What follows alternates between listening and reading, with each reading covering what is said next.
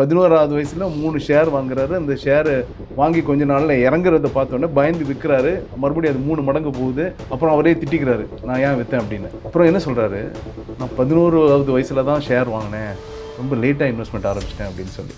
ஒன்று அவர் இன்வெஸ்ட் பண்ண ஆரம்பிச்சது மட்டும் ஏர்லி இல்லை, 15வது வயசுலேயே நியூஸ் பேப்பர்லாம் போட்டு, அஃப்கோர்ஸ் 11வது வயசுலேயே பல வேலைகளை பார்க்க ஆரம்பிச்சிட்டாரு. அவரோட ஏர்லி ஸ்டேஜஸில் ரொம்ப சிக்னிஃபிகண்ட்டாக அவர் பார்த்த வேலைகளில் நமக்கு தெரிஞ்சது வந்து நியூஸ் பேப்பர் போட்டது. ஒரு நாளைக்கு 500 நியூஸ் பேப்பர் போடுவாராம் வீடு வீடாக போய். அந்த டைம்லேயே சில விஷயங்கள்லாம் இன்றைக்கும் நமக்கு ஆச்சரியமாக இருக்கும். 15வது வயசில் 40 ஏக்கர் இடம் வாங்கியிருக்காரு. அதாவது $1,00,000 அன்னைக்கே நம்ம அவங்க சுற்றத்தில் இருந்தெல்லாம் திரட்டி $1,00,000 வாங்கி மொபிலைஸ் பண்ணி இன்வெஸ்ட் பண்ணியிருக்காரு. இன்வெஸ்ட் பண்ண 13 வருஷத்தில் 30% காம்பவுண்டிங் ஆனுவலைஸ் ரிட்டர்ன் 30%. நிறைய பேர் என்ன கிரிப்டோ கரன்சி வந்து இறங்கிடுறாங்க, அதை பற்றி பெருசாக தெரியறதில்ல. அவரே மாதிரி ஒரு சீசன்ட் இன்வெஸ்டர் என்ன சொல்றாரு, எனக்கு தெரியாத இன்வெஸ்ட்மெண்ட்டை நான் தொடவே மாட்டேன் அப்படிங்கிறாரு. பஃபேயோட ஃபெயிலியர்ல இருந்து ஒரு இன்வெஸ்டர், குறிப்பா ரீட்டைல் இன்வெஸ்டர் என்ன லெசன்ஸ் எடுத்துக்கலாம் சார்? ஒரு விஷயம், அவரோட ஃபெயிலியர்ஸ் கூட அவர் ரொம்ப நாள் தங்கியிருக்காரு. என்னதான் இன்வெஸ்ட்மெண்ட் ஷார்ட் டேர்ம்ல 20% கொடுத்தாலும் அந்த 20% கொடுக்குற ஐடியாவை நீங்க வருஷத்துல 2 தான் பார்ப்பீங்க. வணக்கம் சார். வணக்கம். ரீசெண்ட் டேஸில் வாரன் பஃபேயோட ரிட்டையர்மெண்ட் அனௌன்ஸ்மெண்ட் சோஷியல் மீடியா முழுக்க ரொம்ப பெரிய பேசு பொருளாக மாறிடுச்சு.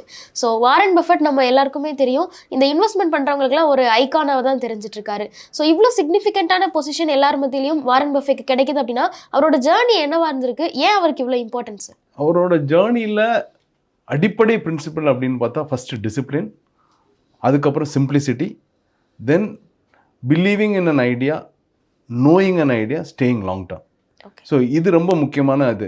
இப்போ வந்து இன்னைக்காவது நமக்கு நிறைய ஆன்லைன் சோர்சஸ் இருக்குது. இப்போ யங்ஸ்டர்ஸ் எல்லாம் படித்து முடித்தோடனே சிலவங்க படிச்சுட்டு இருக்கும்போதே கூட பாக்கெட் மணி வச்செல்லாம் இன்வெஸ்ட் பண்ணுறாங்க. இன்றைக்கி அவங்களுக்கு அவ்வளோ ஆன்லைன் சோர்சஸ் இருக்குது, அவ்வளோ இன்ஃபர்மேஷன் வருது. அவர் பிறந்தது 1930ல், 1941ல் 11வது வயசில் அவர் இன்வெஸ்ட்மெண்ட் ஆரம்பிக்கிறாரு. 11வது வயசில் 3 ஷேர் வாங்குறாரு. அந்த ஷேர் வாங்கி கொஞ்ச நாளில் இறங்குறத பார்த்தோன்னே பயந்து விற்கிறாரு. மறுபடியும் அது 3 மடங்கு போகுது. அப்புறம் அவரே திட்டிக்கிறாரு, நான் ஏன் விற்றேன் அப்படின்னு. அப்புறம் என்ன சொல்கிறாரு, நான் 11வது வயசில் தான் ஷேர் வாங்கினேன், ரொம்ப லேட்டாக இன்வெஸ்ட்மெண்ட் ஆரம்பிச்சிட்டேன் அப்படின்னு சொல்லி. ஸோ ஏர்லி இன்வெஸ்டிங்கை பற்றி நம்ம இவ்வளோ பேசுகிறோம். அவ்வளோ இன்ஃபர்மேஷன் இல்லாத காலத்திலேயே அவர் 11வது வயசில் ஆரம்பித்து அதுவே லேட்டுன்னு ஃபீல் பண்ணியிருக்காரு. ஸோ மேபி இந்த கொஸ்டினுக்கான நான் ஆன்சரை சொல்லும்போது ரெஜிஸ்டர் ஆக வேண்டிய பாயிண்ட் ஏர்லி இன்வெஸ்டிங். எவ்வளோ சீக்கிரமாக இன்வெஸ்ட் பண்ணணும், எவ்வளோ சீக்கிரமாக இன்வெஸ்ட் பண்ணுறதுனால வர்ற அட்வான்டேஜ் என்ன. அந்த காலத்தில் அவ்வளோ இன்ஃபர்மேஷன் இல்லாத காலத்துலேயும் ஒருத்தர் மெனக்கெட்டு இன்ஃபர்மேஷனை எங்கெல்லாமோ தேடி, அவ்வளோ ஈஸியாக அவர் கம்யூனிகேஷன் மோட்ஸ் கூட கிடையாது, அந்த மாதிரி இடத்துல கூட அவ்வளோ இன்ஃபர்மேஷன் தேடி ஒருத்தர் இன்வெஸ்ட் பண்ணியிருக்காருன்னா, இன்றைக்கி கூட இன்வெஸ்ட்மெண்ட் இருக்கும்போது, இன்வெஸ்ட்மெண்ட்டுக்கான சோர்சஸ் இருக்கும்போது, ஒரு யங்ஸ்டர் படித்து முடித்த உடனே அட்லீஸ்ட் அப்போவாது இன்வெஸ்ட் பண்ண ஆரம்பிக்கணுங்கிறதுக்கான விதை அவர் போட்டிருக்காரு. இன்னைக்கு அவர் ரிட்டையர் ஆனதுனால அதை பற்றி மறுபடியும் பேசுறதுக்கான ஒரு வாய்ப்பு வருது நமக்கு. இந்த ஃபினான்ஷியல் மார்க்கெட்டில் இவரோட ரோல் என்னவா இருக்கு? ஏன்னா யாரை பற்றியும் ஷேர் மார்க்கெட் இன்வெஸ்ட்மெண்ட் அப்படின்னு நம்ம பேசினாலே உடனே நீங்கள் வாரன் பஃபே படிச்சிருக்கீங்களா, அவரோட ஃபிலாசபி தெரியுமா அப்படின்னு தான் கேட்குறாங்க. ஸோ ஃபினான்ஷியல் மார்க்கெட்டுக்குள்ளே ஒருத்தர் வரணும், இன்வெஸ்ட் பண்ணணும் அப்படின்னா கண்டிப்பாக வாரன் பஃபே தெரிஞ்சுட்டு தான் வரணுமா? அதாவது ஒரு பேஷனேட் இன்வெஸ்டராக இருந்தால் அவரை தெரிஞ்சுட்டு தான் வரணுமாங்கிறத விட அவரை தெரிஞ்சுக்கிட்டா வசதி அப்படிங்கிறது தான் சொல்லுவேன். ஏன்னா அஃப்கோர்ஸ் எப்போவுமே ஒரு சக்ஸஸ் ஸ்டோரிஸ் இன்ஸ்பயர் பண்ணுற மாதிரி நார்மல் தியரி இன்ஸ்பயர் பண்ணாது. நம்ம வந்து நீங்கள் லாங் டேர்ம் இன்வெஸ்டிங் அப்படின்னு சொல்லும்போது ஒருத்தர் அதுக்கு எடுத்துக்காட்டாக வாழ்ந்திருக்காரு. சீக்கிரமே இன்வெஸ்ட் பண்ண ஆரம்பித்து ஒரு தெரிஞ்ச ஐடியாஸில் மட்டுமே இன்வெஸ்ட் பண்ணி லாங் டேர்ம் ஹோல்ட் பண்ணி காம்பவுண்ட் பண்ணி ஒருத்தர் வாழ்ந்திருக்காருன்னா அந்த ரியல் எக்ஸாம்பிள்ஸோட இம்பேக்ட் வந்து எல்லாரோட லைஃப்லையும் பெரிய விதமாக இருக்கும். இதே நம்ம தியரியாக எழுதியிருந்தோம்னா இருக்கிற இம்பேக்டை விட ஒருத்தர் அதுக்கு எடுத்துக்காட்டாக வாழ்ந்து காமிச்சிருக்காருங்கிறது one of the earliest examples. இன்னைக்கு இருக்கிற தலைமுறைக்கு இருக்கிற one of the early investing காம்பவுண்டிங்கான எடுத்துக்காட்டே அவர் தான். ஸோ அவர் 1930னா அப்போ பிறந்து 1941லேருந்து இன்வெஸ்ட் பண்ண ஆரம்பிச்சிருக்காரு. 41லேருந்து இன்னைக்கு வரையிலும் கிட்டத்தட்ட 80 வருஷத்துக்கு மேலே, 84 வருஷம் இன்வெஸ்ட்மெண்ட்டை காம்பவுண்டிங் மூலமாக வளர்த்திருக்காரு. அப்படிங்கிறதுக்கான நமக்கு இருக்கிற த ஓல்டஸ்ட் எக்ஸாம்பிள் அவர் தான். ஸோ அவரை தெரிஞ்சுக்கணுமாங்கிறத விட தெரிஞ்சுக்கிட்டா உங்களுக்கு ஒரு ஆடட் அட்வான்டேஜ். அவர் 11 வயசுல ஸ்டார்ட் பண்ணாரு அப்படின்னு சொல்றீங்க. அதுக்கப்புறம் அவரோட ஜேர்னி எப்படி இருந்திருக்கு, என்னெல்லாம் ஒர்க் பண்ணாரு? ஸோ நிறைய பேருக்கு நான் குறைஞ்ச சம்பளம் வாங்கினா கூட இன்வெஸ்ட்மெண்ட்னால நான் பெரிய ஆள் ஆயிட முடியுமா அப்படிங்கிற டவுட்லாம் இருக்கு. பஃபேயோட ஹிஸ்ட்ரியிலேருந்து பார்த்தோம் அப்படின்னா அதெல்லாம் பாசிபிள். ஏன்னா ஒன்று அவர் இன்வெஸ்ட் பண்ண ஆரம்பிச்சது மட்டும் ஏர்லி இல்லை, 15வது வயசுலேயே நியூஸ் பேப்பர்லாம் போட்டு, அஃப்கோர்ஸ் 11வது வயசுலேயே பல வேலைகளை பார்க்க ஆரம்பிச்சிட்டாரு. அவரோட ஏர்லி ஸ்டேஜஸில் ரொம்ப சிக்னிஃபிகண்ட்டாக அவர் பார்த்த வேலைகளில் நமக்கு தெரிஞ்சது வந்து நியூஸ் பேப்பர் போட்டது. ஒரு நாளைக்கு 500 நியூஸ் பேப்பர் போடுவாராம் வீடு வீடாக போய். அந்த டைம்லே சில விஷயங்கள்லாம் இன்னைக்கும் நமக்கு ஆச்சரியமா இருக்கும். 15வது வயசுல 40 ஏக்கர் இடம் வாங்கியிருக்காரு. 15வது வயசுல 40 ஏக்கர் இடம் வாங்கியிருக்காரு. 28வது வயசுல சொந்தமாக ஒரு கம்பெனி ஆரம்பிச்சிருக்காரு. அதாவது $1,00,000 அன்னைக்கே நான் அவங்க சுற்றத்துல இருந்தெல்லாம் திரட்டி $1,00,000 வாங்கி மொபிலைஸ் பண்ணி இன்வெஸ்ட் பண்ணியிருக்காரு. இன்வெஸ்ட் பண்ண 13 வருஷத்துல 30% compounding annualised return. Annualised return 30% பண்ணி அது வந்து 1969 வரை அது கொண்டு போறாரு. கம்பெனி சக்ஸஸ்ஃபுல்லாக போயிட்டு இருக்கு. ஆனால் க்ளோஸ் பண்றாரு. ஏன் க்ளோஸ் பண்றாருன்னா அந்த டைம்ல அவருக்கு வந்து ஷேர் ப்ரைஸஸ் வந்து அவருக்கு கம்ஃபர்டபுளாக இல்லை. க்ரோத் ஒருவேளை இருக்கலாம், but I need to buy at a good price அப்படிங்கிறது அவருக்கு ரொம்ப முக்கியமான இதாக இருந்து மறுபடியும் ரீஸ்டார்ட் பண்ணுறாரு. அதுக்கப்புறம் பெர்க்ஷயருங்கிற டெக்ஸ்டைல் கம்பெனியை வாங்குறாரு. அதுலேருந்து வர காசை வச்சு இன்சூரன்ஸ் அப்புறம் mother kind of financial investments எல்லாம் பண்ணுறாரு.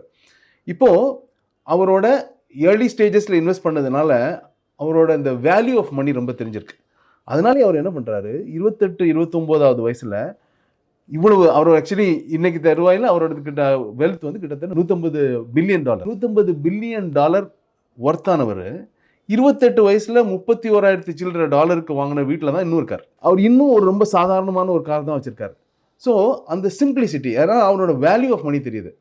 அவரால் 11வது வயசில் நான் உழைக்க ஆரம்பிச்சிருக்கேன். ஏன்னா ஈஸியாக காசு வரல, இன்வெஸ்ட்மெண்ட் மூலமாக ரிட்டர்ன் பெருசாக வந்திருக்கலாம். பட் எப்படி அந்த இனிஷியல் காசு வந்தது, வீடு வீடாக பேப்பர் போட்டு இந்த மாதிரி சின்ன சின்ன வேலைகள் பார்த்து அவர் காசு சம்பாதிச்சனால அதோட வலி அவருக்கு தெரியுது. அதனால he knows the value of money. இதனாலேயே அவர் ஆடம்பரத்தை விரும்பவே இல்லை. ஆடம்பரத்தை விரும்பாதனாலேயே தான் 2006 99% ஆஃப் அவர் ஹிஸ் வெல்த் அவர் சேரிட்டிக்கு எழுதி வைக்கிறார். ஆல்ரெடி $60 பில்லியன் போயிடுச்சு. $150 பில்லியன், $60 பில்லியன். இந்த $99 பில்லியன் இஸ் இஸ் பிளான். அதில் $60 billion has already been invested. So பணத்தோட அருமை தெரியுது, வேல்யூ தெரியுது, அது மற்றவங்களுக்கு எவ்வளோ யூஸ்ஃபுல்லாக இருக்கும்னு தெரியுது. என்னதான் இருந்தாலும் இவ்வளவு காசு இருந்தும் ஆடம்பரத்தை விரும்பலை, ரொம்ப சிம்பிளாக வாழ்ந்திருக்காரு. ஸோ இதுலேருந்து இவ்வளோ லைஃப் லெசன்ஸ் இருக்குது. நீங்கள் முன்னாடி கேட்டீங்க இன்வெஸ்ட்மெண்ட்டுக்குள்ளே வரவங்க இவரை பற்றி தெரிஞ்சுக்கணுமான அவசியமான. இன்வெஸ்ட்மெண்ட்டுக்குள்ளேயே வராட்டி கூட, அதாவது ஸ்டாக் மார்க்கெட்டிங் இன்வெஸ்ட்மெண்ட்டுக்குள்ளேயே வராட்டி கூட அவர்கிட்ட இருந்து கற்றுக்க வேண்டிய லைஃப் லெசன்ஸ் இன்வெஸ்ட்மெண்ட்ஸ் லெசன்ஸை விட ஜாஸ்தி. இவ்வளோ சக்ஸஸ்ஃபுல்லாக இருந்தவர் சார்லி மங்கர் அவர் கூட 28-29வது வயசில் சேர்றாரு. அந்த டைம்லே 1969-70 இவர் அதுவரையிலும் அவரோட கொள்கை என்னவாக இருந்ததுன்னா, இன்வெஸ்ட்மெண்ட்டில் நான் ரொம்ப கம்மியான ரேட்டுக்கு ஷேரை வாங்குவேன், அந்த லெவலுக்கு வரது வரையிலும் நான் வெயிட் பண்ணுவேன் அப்படின்னு. அதை சாரி மங்கர் வந்து அவங்களோட பிலீஃபை உடைச்சு அவரை திருத்துறாரு. என்ன சொல்கிறாரு, ஒரு நல்ல பிஸ்னஸ்னால் don't go for bargain buying and bargain hunting, pay a fair price. It's good business. உங்களுக்கு அதில் பொட்டன்ஷியல் இருக்குன்னு தெரியுது, நல்ல பிஸ்னஸ்ன்னு தெரியுது, நல்ல மேனேஜ்மெண்ட்னு இருக்கிறது தெரியுது, நல்ல பிஸ்னஸ் மாடல்னு தெரியுது, buy it at a fair price. So அவர் அப்படி மாத்துறாரு. 11வது வயசுலேருந்து ஆரம்பித்து 29வது வயசில் அவ்வளோ சின்ன வயசில் அவ்வளோ சக்ஸஸை பார்த்ததுக்கப்புறமும் சக்ஸஸ் அவர் தலைக்கேறல. He is open to ideas. அவரோட கொஞ்சம் சீனியர் ஆஃப்கோர்ஸ் சார்லி மங்கர். என்னதான் இருந்தாலும் இவ்வளோ சக்ஸஸை பார்த்த நிறைய பேருக்கு அப்படி தான், அது நான் ஜெயிச்சு காமிச்சிட்டேன், நான் இது என்னோட வழி தான் கரெக்டான வழி அப்படிங்கிற ஒரு ஆணவம் இல்லாமல் அவர் ஓப்பனாக ஒத்துட்டு இருக்காரு. He changed my thought process of investing from bargain hunting I move to buying businesses at fair வேல்யூங்கிறாரு. ஸோ இவ்வளவும் நம்ம சொன்னதை வச்சு பார்க்கும்போது இன்வெஸ்ட்மெண்ட் லெசன்ஸ்க்கு மேலே லைஃப் லெசன்ஸ் இருக்குது வாரன் பஃபெட் இருந்து கற்றுக்கிறதுக்கு. வேல்யூ இன்வெஸ்டிங் அண்ட் சிம்பிளிசிட்டி ரெண்டையும் முக்கியமான விஷயமா அட்ரஸ் பண்ணுறீங்க. ஸோ இந்த ரெண்டுமே இன்னைக்கு இருக்கிற யங்ஸ்டர்ஸுக்கு, இன்னைக்கு நமக்கு கிட்ட இருக்கிற இந்த கன்சியூமர் மார்க்கெட்டில் இதெல்லாம் ப்ராக்டிஸ் பண்ணுறது சாத்தியம் தானா? அவங்க இப்போ பார்க்குற உலகத்தில் அதை அக்செப்ட் பண்ணுறது கொஞ்சம் கஷ்டமாக தான் இருக்கும். ஏன்னா அவங்க பார்க்குற உலகத்தில் எல்லாம் ஃபாஸ்ட்டாக வேணும், எல்லாம் பேஷன்ஸ் கிடையாது. இன்றைக்கி 25 வருஷம் நான் எஸ்ஐபி போடணுமா அப்படின்னு எல்லாம் கேட்பாங்க. 25 வருஷம் அவர் வந்து 1988 கோக் வாங்கி he has multiplied money like anything. He has made 25,000% return கோக்கில் இருந்து. ஐ மீன் அதே மாதிரி இப்போது நிறைய பேர் என்ன கிரிப்டோ கரன்சி வந்து இறங்கிடுறாங்க, அதை பற்றி பெருசாக தெரியறதில்ல. அவரே மாதிரி ஒரு சீசன்ட் இன்வெஸ்டர் என்ன சொல்கிறாரு, எனக்கு தெரியாத இன்வெஸ்ட்மெண்ட்டை நான் தொடவே மாட்டேன் அப்படிங்கிறாரு. அதுக்கு சான்றா ஐடிங்கிறது கிட்டத்தட்ட 90s இருந்து பெரிய ரன் இருக்கிற இண்டஸ்ட்ரி குளோபலி. ஆனால் அவர் என்ன ஓப்பனாக ஒத்துட்டு இருக்காரு, ஐடிங்கிற ஒரு பிஸ்னஸை எனக்கு பெரிய லெவலில் என்னால் புரிஞ்சிக்கவே முடியல அப்படின்னு ரொம்ப வருஷமாக அவர் ஓப்பனாக சொல்லியிருக்காரு. So I didn't want to get into IT. I mean he went to Apple. Pure ஐடிக்குள்ளே அவர் வரவே இல்லை. அவர் வர்றது வந்து 2016. 2016 நமக்கு தெரியும், அப்போதைக்கு ஐடியோட பெரிய ரன்னே முடிஞ்சு போச்சு. ஆனால் அவர் ஏன் வரல? எனக்கு இந்த பிஸ்னஸ் தெரியாதுன்னா அதில் எவ்வளோ பொட்டன்ஷியல் இருந்தாலும் நான் வரமாட்டேன். ஸோ அப்படிங்கிறதுனால 2016 தான் அவர் உள்ளே வராரு. ஸோ அதுக்கப்புறம் தான் he started making investments in technology. And இதுலேருந்து என்ன வருது, இப்போ கிரிப்டோ கரன்சிக்குள்ள எந்த விஷயமும் தெரியாமல் அவர் கிரிப்டோ கரன்சி பற்றி சொல்லும்போது வாரன் பஃபெட்டோட நிலைப்பாடு என்னன்னு சொல்லணும். He has been always against.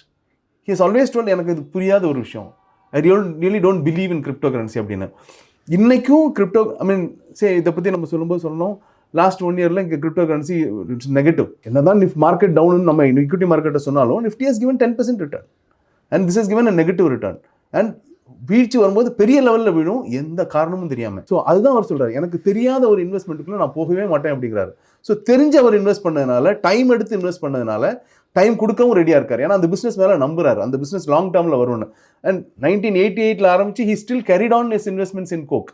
ஏன்னா அவருக்கு அந்த பிஸ்னஸ் மேலே அவ்வளோ நம்பிக்கை இருக்குது. ஸோ நீங்கள் ஒரு பிஸ்னஸை புரிஞ்சு இன்வெஸ்ட் பண்ணும்போது அதோட போக்கு உங்களுக்கு தெரியும், அது என்னதான் இறக்கத்தை சந்திச்சாலும். அவர் இன்வெஸ்ட் பண்ண நிறைய இன்வெஸ்ட்மெண்ட் இறக்கத்தெல்லாம் செஞ்சிருக்க இடையில. பட் அந்த இன்வெஸ்ட்மெண்ட்டை நம்பி லாங் டேர்ம் ஹோல்ட் பண்ணும்போது he has compounded money like anything. Investment பற்றி பேசும்போது எப்பயுமே உங்களோட பிரைமரி சோர்ஸ் ஆஃப் இன்கமையும் கான்சென்ட்ரேட் பண்ணுங்க, அதை வளர்த்துக்க ட்ரை பண்ணுங்க, இன்வெஸ்ட்மெண்ட்டை மட்டும் டிபெண்ட் பண்ணாதீங்க அப்படிங்கிறதெல்லாம் பேசுகிறோம். ஸோ பஃபேயோட ஹிஸ்ட்ரியில் இது எப்படி இருந்திருக்கு? அவரோட கரியரோ இல்லை அவரோட பிரைமரி இன்கமாவோ என்ன இருந்திருக்கு? அவரோட பிரைமரி இன்வெஸ்ட்மெண்ட் ஒரிஜினலி அவர் அஃப்கோர்ஸ் சின்ன வேலைகள்லாம் பார்த்து சம்பவிச்சா கூட அவர் பெரிய லெவலில் பார்த்தது இன்வெஸ்ட்மெண்ட்டில் தான். But at the same time அவர் he bought this company called Berkshire Hathaway which was a textile company. அந்த பிஸ்னஸை வாங்கி அவர் ரன் பண்ணுறாரு. So he was also a businessman. அந்த பிஸ்னஸ்லேருந்து வர காசை வச்சு இன்சூரன்ஸ் மற்ற பிஸ்னஸில் ஃபினான்ஷியல் இன்வெஸ்ட்மெண்ட்ஸ்குள்ளே போகிறாரு. So and also there is another company in which he invested. அந்த இன்வெஸ்ட்மெண்ட் இருக்கு, அந்த company went into some fraud. அவர் அந்த கம்பெனிக்குள்ளே சிஇஓ வந்து எடுத்துக்கிறார். அது மீன்ஸ் இட் வாஸ் பெரிய லெவல் ஆஃப் ப்ரொட்டஸ்ட் இருந்தது அந்த கம்பெனி மேலே. அந்த சவாலான சுச்சுவேஷனில் அவருக்கு அவசியமே கிடையாது, அந்த இன்வெஸ்ட்மெண்ட் போனால் போகுது அப்படின்னு சொல்லிட்டு he can just leave it. ஆனால் அந்த டைமில் பொறுப்படுத்து அந்த கம்பெனியை சிஇஓ வந்து உள்ள உட்காந்து ரன் பண்ணுறாரு.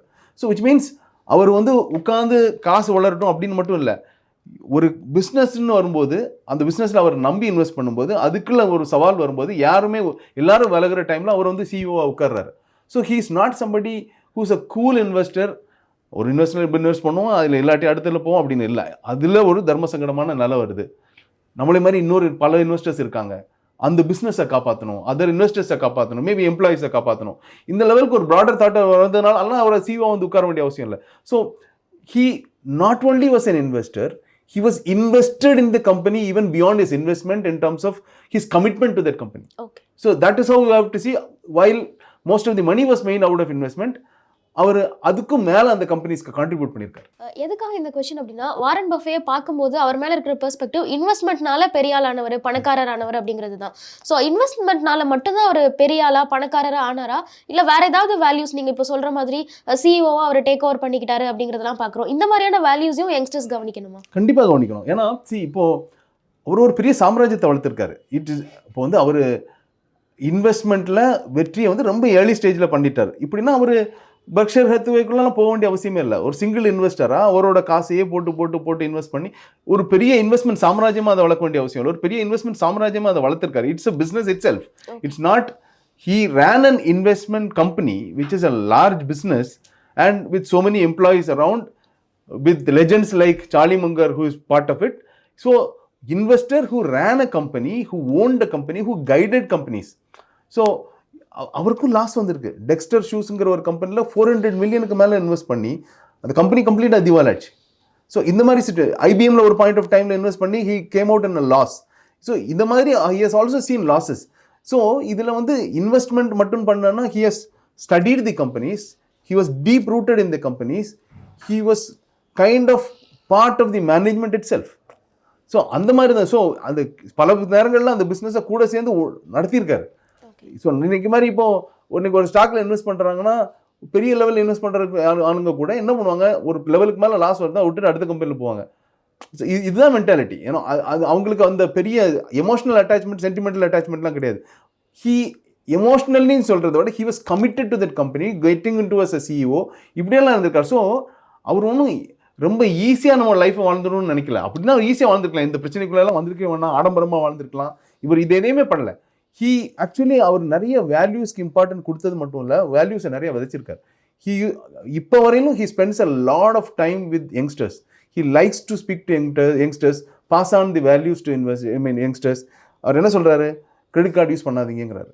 அதே மாதிரி லாஸ் பண்ணாதீங்க, which means அவர் லாஸ் பண்ணாதீங்கன்னு என்ன சொல்கிறாருன்னா, don't knowingly take a risk which will make you lose your money.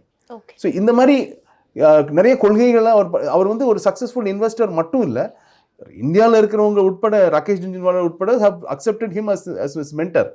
Means அவர் வந்து அவரோட இம்பேக்டை, அவரோட பாதிப்பு உலகளவில் இருக்கிற பெரிய இன்வெஸ்டர்ஸ், நீங்கள்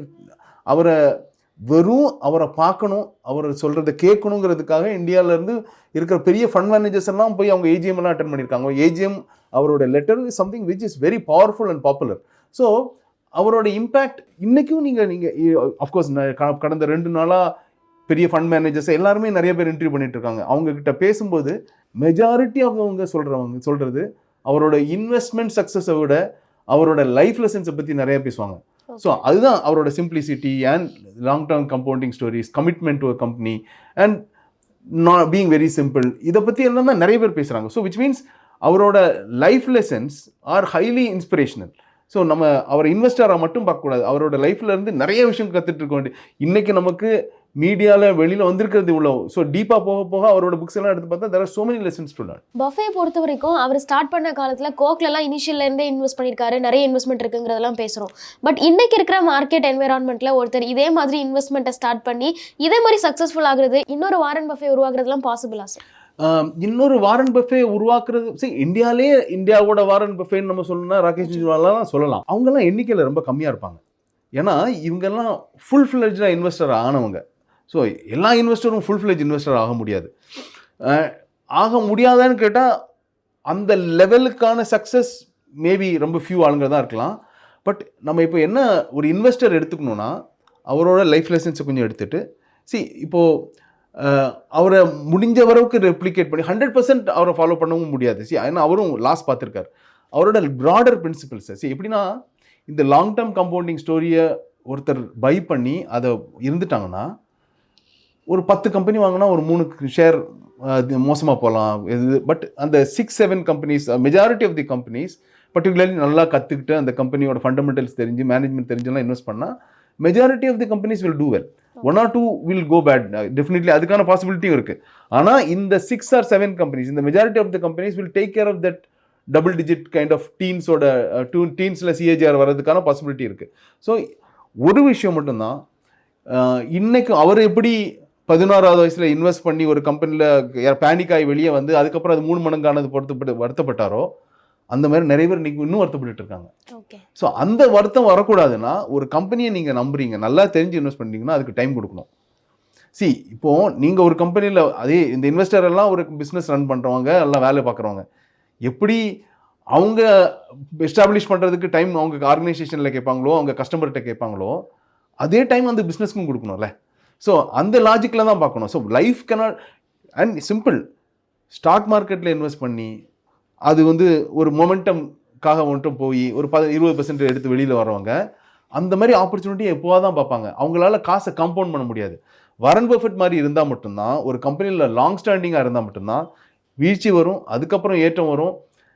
கண்டினியூஸ்லி ஸ்டாக் மார்க்கெட்ஸ் ரொம்ப சிம்பிளாக வாரன் பஃபேயோட இன்னொரு சைட் ஆஃப் ஃபிலாசபி மார்க்கெட்டோட என்ன ரியாலிட்டியை சொல்ல வருதுன்னா, மார்க்கெட் எப்போவுமே மார்க்கெட்டோடு இருந்தவங்களை கரெக்டான இன்வெஸ்ட்மெண்ட்ஸில் போய் மார்க்கெட்டோட தங்குனவங்களை பயங்கரமாக ரிவார்ட் பண்ணியிருக்குங்கிறதுக்கும் அவர் ஒரு எடுத்துக்காட்டு.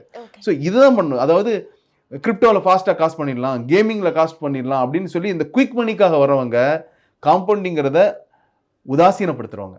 இந்த காம்பவுண்டிங்கை உதாசீனப்படுத்துகிறவங்க வெல்த் கிரியேட் பண்ண முடியாங்கிறதுக்கும் ஒரு எக்ஸாம்பிள். ஸோ எஸ்ஐபி இன்வெஸ்ட்மெண்ட்டாக இருந்தாலும் சரி, ஃபார் தட் மேட்டர் நீங்கள் 10-15% இன்வெஸ்ட் பண்ணுற கோல்டு இன்வெஸ்ட்மெண்ட்டாக இருந்தாலும் சரி, அந்தந்த அசெட் கிளாஸுக்கு ஒரு லாங் டேர்மை நீங்கள் கொடுத்துட்டிங்கன்னா லாங் டேர்மில் ரிட்டர்ன் வரும். ஏன்னா எல்லா இன்வெஸ்ட்மெண்ட்டுக்கும் ஒரு பேர் ஃபேஸ்னு வரும், ஒரு டவுன்ஃபால்னு வரும். அந்த ஃபேஸ்லேயும் நீங்கள் அதோட கூட இருந்து கரெக்டான இன்வெஸ்ட்மெண்ட்ஸோடு இருந்து லாங் ஸ்டாண்டிங்காக இருந்தீங்கன்னா காம்பவுண்டிங் எஃபெக்ட் ரொம்ப ஜாஸ்தியாக இருக்குங்கிறதுக்கும் ஒரு எக்ஸாம்பிள். அவர் மாதிரி 25,000 percentage return, 100% return, 30% ரிட்டர்ன்லாம் நீங்கள் பார்க்கணும்னு அவசியம் இல்லை.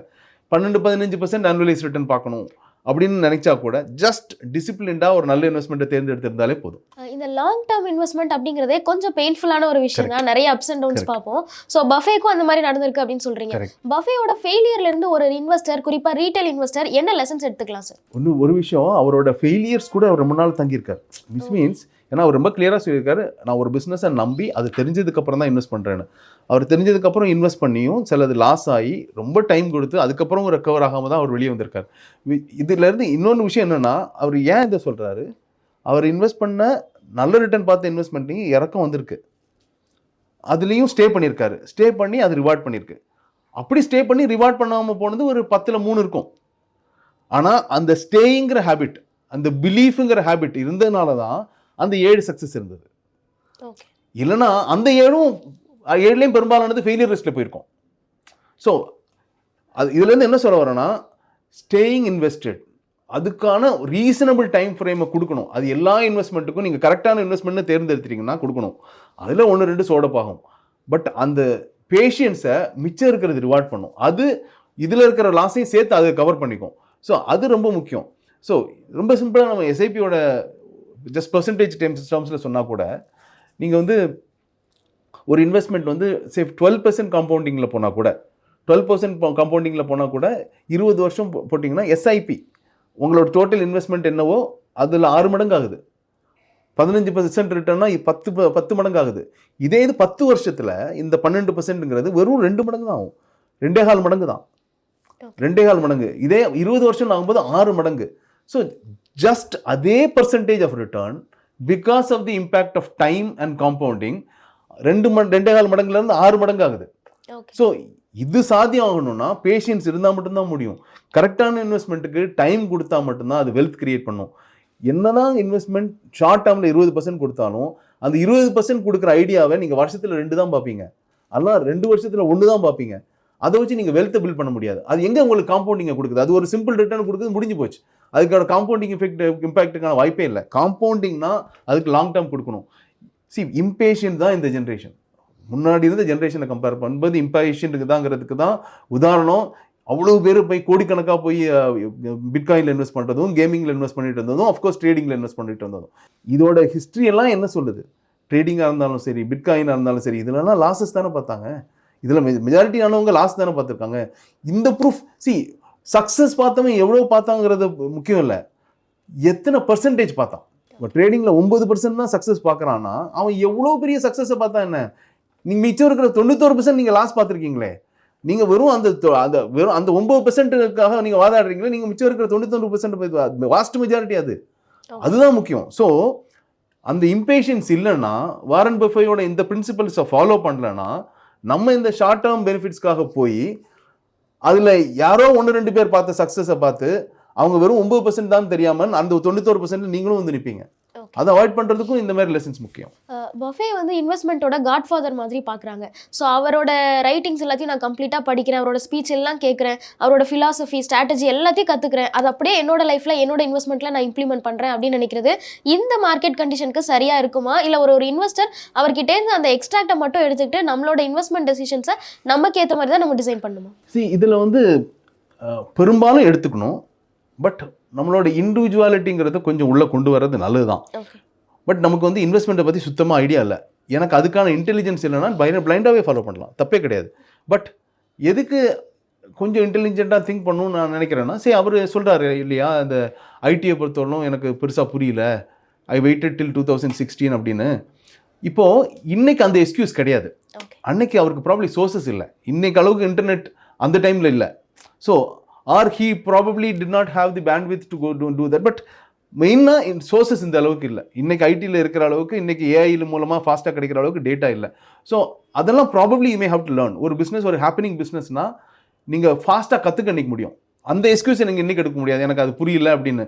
ஏன்னா ஒரு ஹேப்பனிங் பிஸ்னஸ் இருக்குது, say for that matter last 1 இயரில் கோல்டு அண்ட் சில்வர் இவ்வளோ ஏறி இருக்குது, எனக்கு புரியாதுன்னு சொல்லி உட்காந்துட்டு இருந்தேன். அப்படி நான் 0% தான் இன்வெஸ்ட் பண்ணியிருக்கேன் அப்படின்னா அட்லீஸ்ட் அது அந்த பர்சன்டேஜ் ஆஃப் ரிட்டர்ன் அண்ட் ஆப்பர்ச்சுனிட்டியை நீங்கள் மிஸ் பண்ணியிருப்பீங்க. ஸோ இன்றைக்கி கற்றுக்கிறதுக்கான சோர்சஸ் நிறையா வந்ததுனால you definitely have to be there. And அவர் நிறைய ஆரம்ப காலத்திலே சக்ஸஸை பார்த்துட்டார். இப்போ அந்த அவர் 1988லேருந்து 32 வருஷம் இருந்தாருன்னா மேபி எல்லா ஸ்டாக்குக்கும் நீங்கள் அந்த டைம் கொடுக்க முடியாது. சரி 4 வருஷம் 5 வருஷம் வெயிட் பண்ணுறீங்க, ஒரு லெவலுக்கு அது ரிட்டர்ன்ஸ் வரலன்னு ஆரம்பிக்க தோணுது. ஒருவேளை 10 வருஷம் ஆனாலும் வராமல் இருக்கலாம். மேபி அந்த டைமில் நீங்கள் கால் எடுத்தாகணும். அட்லீஸ்ட் பார்ஷியலி நீங்கள் லிக்விடேட் பண்ணி ஆகணும்.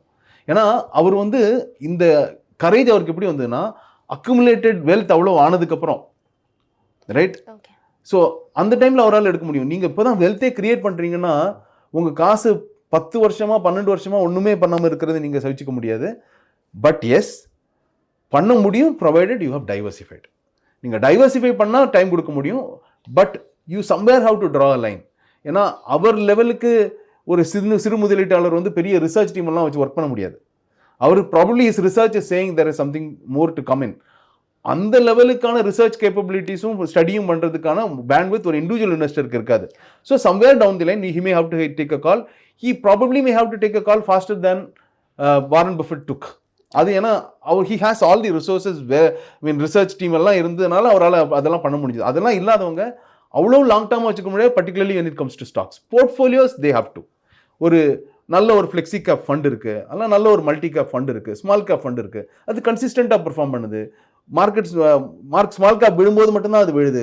மற்ற நேரங்களில் அது டாப் குவார்டைலில் இருக்குது அப்படின்னா அது ஸ்மால் கேப் போன ஒரு வருஷம் நெகட்டிவ் ரிட்டர்ன், அந்த ஒரு வருஷம் நெகட்டிவ் ரிட்டர்னெல்லாம் வெளியில் வந்துருக்கும். அவ்வளோ அவசரமாகவும் கால் எடுத்துக்க முடியாது. அந்த கேட்டகரியில் அந்த ஃபண்டு நல்லா பர்ஃபார்ம் பண்ணுற வரையிலும் போர்ட்ஃபோலியோஸ்க்கு டைம் கொடுக்கலாம். போர்ட்ஃபோலியோஸ் கிட்ட இருக்கிற உங்கள் நிதானமும் பொறுமையும் you do not have with the individual stock. ஏன்னா போர்ட்ஃபோலியோங்கிறது ஒரு ஃபண்ட் மேனேஜர் 50-60 ஸ்டாக்கை வச்சிருக்காரு. ஏதாவது 1-2 ஸ்டாக் மோசமாக போனாலும் அவருக்கு சீக்கிரம் கால் எடுத்துருவார். He will churn it. But உங்களோட பெரும்பாலான ஒரு at least even 20% of your investment ஒரு சிங்கிள் ஸ்டாக்ல இருந்தால் அது தப்பு. டைவர்சிஃபை பண்ணியிருக்கணும்.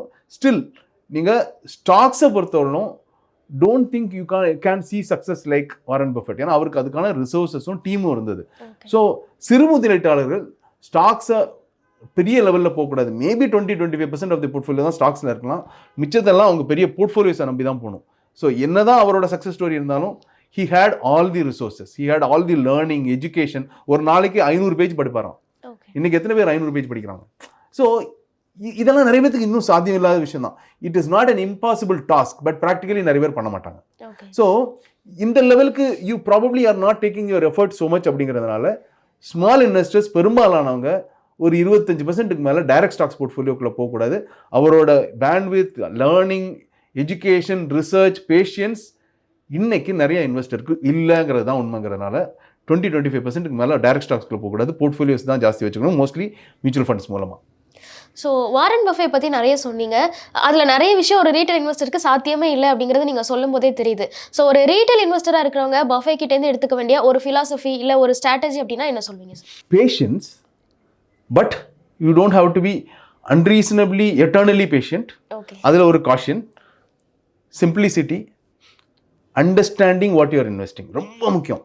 நீங்கள் எவ்வளவு தான் ரிட்டர்ன் கொடுத்த ஒரு போர்ட்ஃபோலியோவாக இருந்தாலும், ஒரு அசெட் கிளாஸாக இருந்தாலும், அதை பற்றி நீங்களும் தெரிஞ்சுக்கணும். உங்கள் எக்ஸ்பர்ட்டுக்கு மட்டும் தெரிஞ்சால் போதாது, நீங்கள் கண்டிப்பாக தெரிஞ்சுக்கணும். அதோட பேர் மினிமம், அதோட ஃபண்டமெண்டலி அது என்னது, அதோட ரிஸ்க் லெவல் என்னங்கிறது, இந்த 2 ஃபேக்டர் ரொம்ப ரொம்ப முக்கியம்.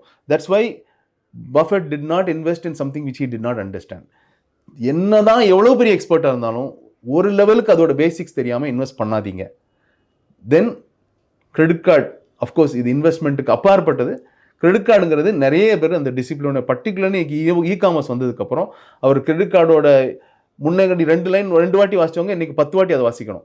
ஏன்னா முன்னாடி வந்து ஒரு கடைக்கு போனால் தான் நீங்கள் கார்டை யூஸ் பண்ணி பர்ச்சேஸ் பண்ணுவீங்க. இன்றைக்கி உங்கள் மொபைல் மட்டும் இருந்தாலே அங்கேயே நீங்கள் கார்டை யூஸ் பண்ணி பர்ச்சேஸ் பண்ணிடுறீங்க. அவர் சொன்ன அந்த கிரெடிட் கார்டு, ஏன்னா அன்வான்ட் செலவு நிறையாவே வரும். நான் நேற்று 2 ட்ரெஸ் வாங்கணும்னு நினச்சது 10 ட்ரெஸ் வாங்குவாங்க.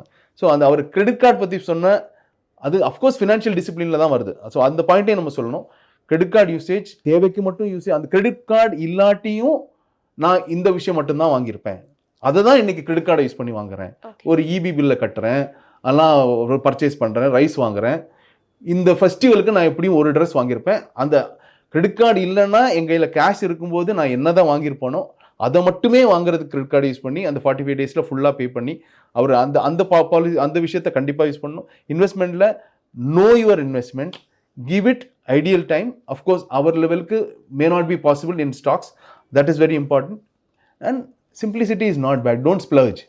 அதாவது நம்ம அந்த 50-30-20 நிறைய இப்போ நிறைய revised versions of how much of investment, how much of savings, how much of want எல்லாம் வந்துருச்சு.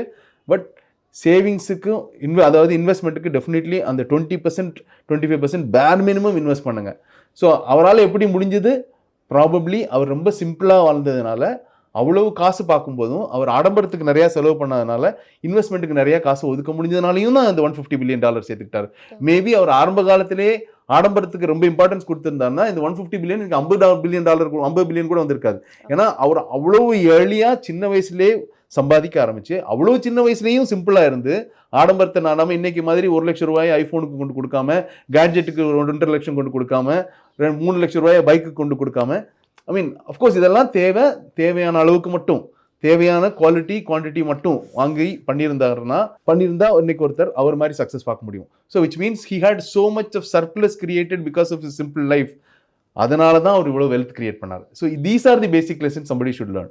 ஓகே, பஃபே பற்றி ரொம்ப டீட்டெயிலாக எக்ஸ்பிளைன் பண்ணியிருக்கீங்க. ஒரு ரீட்டைல் இன்வெஸ்டருக்கும் இதை கனெக்ட் பண்ணிக்க முடியும் அப்படின்னு நினைக்கிறேன். Thank you so much.